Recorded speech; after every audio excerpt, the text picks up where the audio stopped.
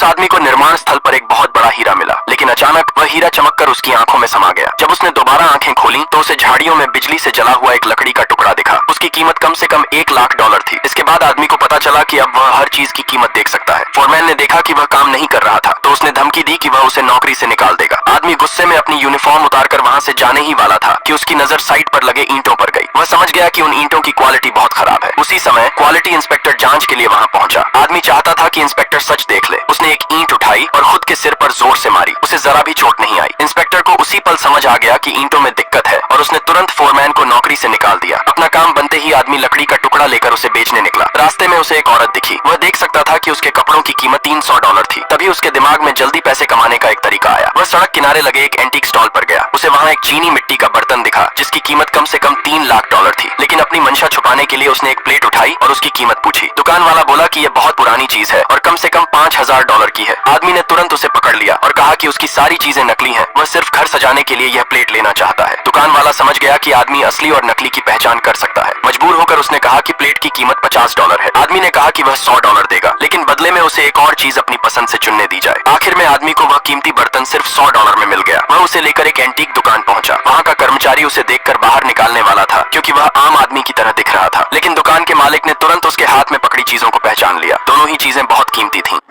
Like और channel को subscribe करें।